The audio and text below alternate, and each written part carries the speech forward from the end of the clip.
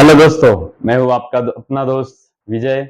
और आज के इस खूबसूरत से वीडियो में हम लोग देखने जा रहे हैं एक प्रीवियस ईयर में आया हुआ क्वेश्चन। जेडब्ल्यू 2016 में आया, जेडब्ल्यू मेंस में 2016 में आया हुआ क्वेश्चन है। इसको हम लोग अभी यहाँ पे सॉल्व करने जा रहे हैं। क्वेश्चन में सबसे पहले देखो, यहाँ पे second term, fifth term and ninth terms are of a non constant AP. AP में टर्म्स दिए हुए हैं, इसलिए हम लोग क्या करेंगे, यहाँ पे एपी का फॉर्मूला यूज करेंगे। फॉर्मूला एपी का, वो भी किसके लिए? Second term, fifth term and ninth term के लिए। आगे क्या दिया है वो हम लोग बाद में सोचेंगे। सबसे पहले हम लोगों को सेकेंड टर्म, उसके बाद में फिफ्थ टर्म और नाइन्थ टर्म दिया हुआ है। तो ये तीनों भी टर्म यहाँ पे सामने एपी है, इसलिए हम लोग एपी का फॉर्मूला तीनों के लिए यूज करते हैं। तो यहाँ पे देखिए, यहाँ पे ए एन का फॉर्मूला रहता है A plus N minus one into D. ये फॉर्मूला होता है अपना। ये सेकेंड टर्म है, इसका मतलब यहाँ पे एन का वैल्यू है 2। ये फिफ्थ टर्म है, मतलब यहाँ पे वैल्यू रहेगा आपका 5, एन का वैल्यू। 2 मिनट के लिए मैं इसको, सबसे पहले ये देखो सेकेंड टर्म के लिए फॉर्मूला है आपके पास ए एन का A plus N minus one into D. ठीक है, अब यहाँ पे ए को A as it is plus N का वैल्यू आपके पास है, यहाँ पे एन का वैल्यू रहता है ये 2, वो हम लोग यहाँ पे पुट करने जा रहे हैं 2 minus one into D. N का वैल्यू खाली मैंने यहाँ पे एन का वैल्यू पुट किया क्योंकि हमको खाली एन का वैल्यू पता है। ए प्लस 2 माइनस वन, ये 1 हो गया, 1 इंटू डी, ये डी हो गया। ये पहला टर्म आया हुआ है यहाँ पे, कौन सा वैल्यू? Second term. ठीक है, अब हम लोग क्या करते हैं, फिफ्थ टर्म के बारे में सोचते हैं। चलो फिफ्थ टर्म, अभी यहाँ पे बोलो बेटा, फॉर्मूला वही रहेगा, A N is equal to A plus N minus one into D. ठीक है ना। अब यहाँ पे n का वैल्यू 2 था, ये वाली टर्म में n का वैल्यू कितना रहेगा? अभी 5 रहेगा। पुट कर दो वहां पे a प्लस एन का वैल्यू कितना है? 5 minus one into D. A को A as it is plus 5 minus one कितना होता है? 5 माइनस वन होता है 4d। ठीक है, ये सेकेंड टर्म का, ये फिफ्थ टर्म का निकाल लिया। अब नाइन्थ टर्म के बारे में सोचते हैं हम लोग। तीसरा टर्म है नाइन्थ टर्म। नाइन्थ टर्म के बारे में सोच रहे, फॉर्मूला रहेगा वापस वही, A N is equal to A plus N minus one into D.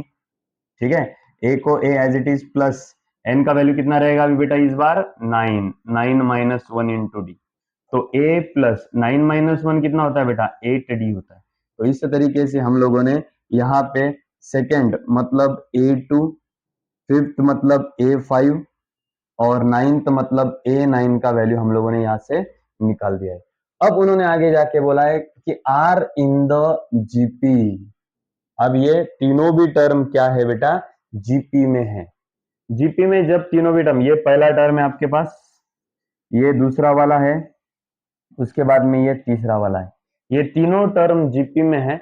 इसका मतलब होता है जब कोई 3 टर्म, 4 टर्म, जितना भी टर्म है आपके पास, वो अगर जीपी में रहता है, इसका मतलब नेक्स्ट वैल्यू अपॉन पहला वाला, उसके पहले वाला वैल्यू, इनका रेशो उसके नेक्स्ट वाले वैल्यू अपॉन उसके पिछले वाले वैल्यू के रेशो के इक्वल रहता है। मतलब रेशो लेना है, नेक्स्ट टर्म डिवाइड बाय पहला टर्म। तो अभी यहाँ पे 1 2 3 टर्म है, तो ये सेकेंड डिवाइड बाय फर्स्ट कर लो आप। चलो देखो, सेकेंड टर्म कौन है आपके पास? a प्लस 4d है, अपॉन पहला टर्म कौन है आपके पास? a प्लस डी है, इज इक्वल टू, ये फर्स्ट और सेकेंड में होगा सेकेंड डिवाइड बाय फर्स्ट। अब सेकेंड और थर्ड के बारे में सोचते हैं। Third divide by second, third कौन है बेटा? a प्लस एट डी है, अपॉन फर्स्ट को, ये सेकेंड कौन है बेटा? a प्लस 4d है।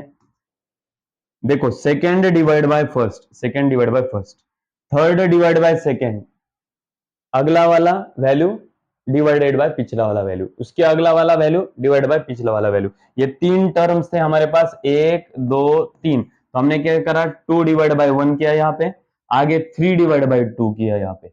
समझ में आया कि नहीं आया बोलो? चलो आगे सॉल्व करते हैं हम लोग। बोलो बेटा, इनका क्रॉस मल्टीप्लाई कर लेते हैं अपन। ठीक है ना, a plus four D, A plus four D. चलो यहाँ पे a plus four D, A plus four D, A plus four D का स्क्वायर होता है। ठीक है, क्रॉस मल्टीप्लाई, ए प्लस फोर डी इंटू ए प्लस फोर डी, ए प्लस फोर डी का square. Next ए plus D into ए plus eight D, ए plus D into ए plus eight D. ठीक है, अब यहाँ पे a plus B whole square का formula use करो, यहाँ पे इन दोनों का मल्टीप्लीकेशन कर लो। आप मल्टीप्लीकेशन करने के बाद और बाद में काटाकाटी करने के बाद आपको a का वैल्यू यहाँ से मिल जाएगा 8d।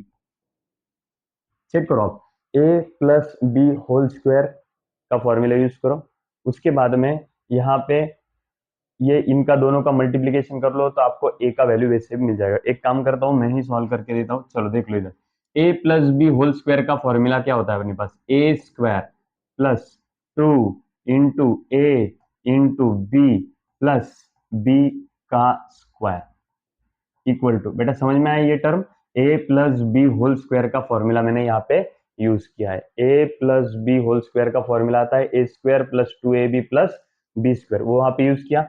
अब इन दोनों का मल्टीप्लीकेशन, पहले ब्रैकेट ने दूसरे ब्रैकेट को मल्टीप्लाई करना है। a इंटू ए कितना होता है बेटा, बोलो a square, then a into 8d कितना होता है 8ad, बाद में d इंटू ए कितना होता है D, a into D ad, उसके बाद में plus d into 8d 8d square होता है। ठीक है, चलो बढ़ते आगे, देख लो बेटा सामने इधर a स्क्वायर है इक्वल टू के उधर a स्क्वायर है, कैंसिल हो गया। 4 टू जा 8, 8ad, ये 8ad और ये 8ad भी कैंसिल हो गया। अब देख लो इधर 4 का स्क्वायर वो आता है 16, d का स्क्वायर वो आता है d स्क्वायर। ठीक है, उसके बाद में सामने देखो ad प्लस 8d स्क्वायर। ठीक है, ये इधर 16d स्क्वायर है आपके पास, उधर वाला 8d स्क्वायर इधर जाने के बाद माइनस 8d स्क्वायर आ जाएगा और सामने बचेगा खाली ad। देख लो बेटा ये दोनों टर्म्स मैंने क्या करे, एक साइड में ला लिए, ये 16d square as it is, उधर वाला 8d स्क्वायर इधर जाके माइनस 8d स्क्वायर हो जाएगा और सामने बचेगा ad। आगे देख लो 16d square minus 8d square, 8d square is equal to ये ad एज इट इज। ठीक है, अब ये d स्क्वायर में से एक d और इधर का एक d कैंसिल हो जाएगा, a इज इक्वल टू मिल जाएगा आपको 8d। मैं आपको वही बता रहा था कि इसको अगर सॉल्व करते हैं हम लोग, सॉल्व करने के बाद हम लोगों को a का वैल्यू मिल जाएगा 8d, जो कि मैं अभी रफ करने जा रहा हूँ, डायरेक्टली यहाँ पे लिखने जा रहा हूँ। ठीक है, a का वैल्यू क्या मिलता है आपको 8d। चलो देख लो इधर a का वैल्यू आपको क्या मिला है, a का वैल्यू मिला है हमको इसको सॉल्व करने के बाद 8d। ठीक है, अब हम लोग क्या करते हैं, a का जो वैल्यू है इन तीनों भी टर्म में हम लोग पुट करेंगे ताकि हमको ये तीनों भी टर्म मिल जाए। ठीक है, चलो सबसे पहले a2 में पुट करते हैं, देन a5 में पुट करेंगे और लास्ट में a9 में पुट करेंगे। ठीक है, लास्ट में क्या करेंगे a9 में पुट करेंगे। चलो a2, a2 क्या है बेटा a प्लस डी, a का वैल्यू क्या मिला है आपको 8d। ठीक है, a की जगह पे 8d रखा plus D, plus D 8d plus D, ये बन गया बेटा 9d। ठीक है, उसके बाद में a5 में रखते हैं, a5 कौन है 8 a प्लस 4d।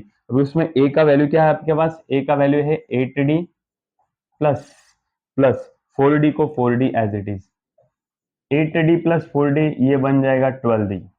नेक्स्ट उसके बाद में a9 में रखते हैं, a का वैल्यू क्या है, a का वैल्यू है 8d, रख दिया यहाँ पे plus 8d as it is, 8d into 8d ये होता है बेटा 16d।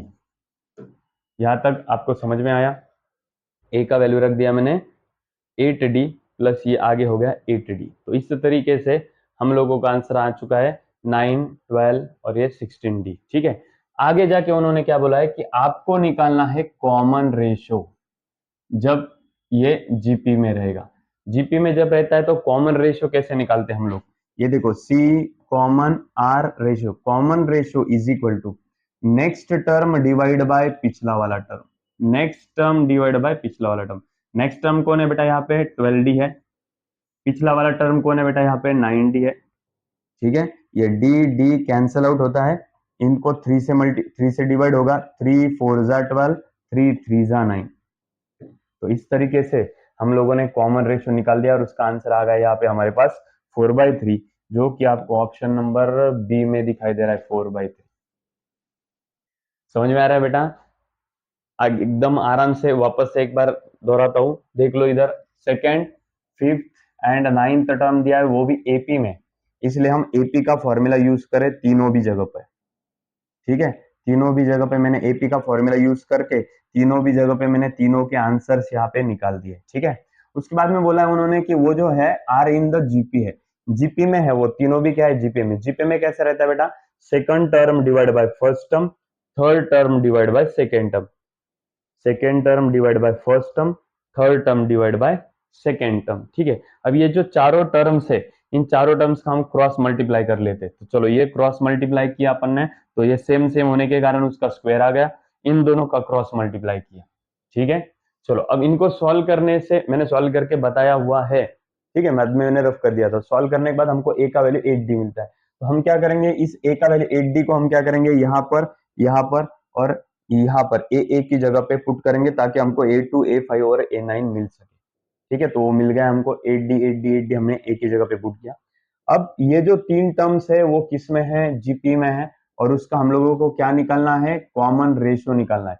कॉमन रेशियो मतलब सीआर। कॉमन रेशियो हम लोग कैसे निकालते हैं, कॉमन रेशियो निकालते वक्त हम लोग next term divide bye previous term, अगला वाला टर्म डिवाइड बाय पिछला वाला टर्म करते, तो अगला टर्म डिवाइड बाय मैंने पिछला टर्म कर दिया, जिसमें डी कैंसिल हो गया, और 12/9 का रिड्यूस्ड फॉर्म होता है 4/3, दोनों को 3 से यहाँ पे डिवाइडेशन होता है। ठीक है, तो इस तरीके से हमने ये प्रीवियस क्वेश्चन जो है वो जेडब्ल्यू मेंस में आया हुआ सॉल्व किया है। इसी तरीके से हम लोग अगले अगले वीडियो में जितने भी पीवाईक्यूज है वो सभी पीवाईक्यूज यहाँ पे पढ़ने वाले हैं।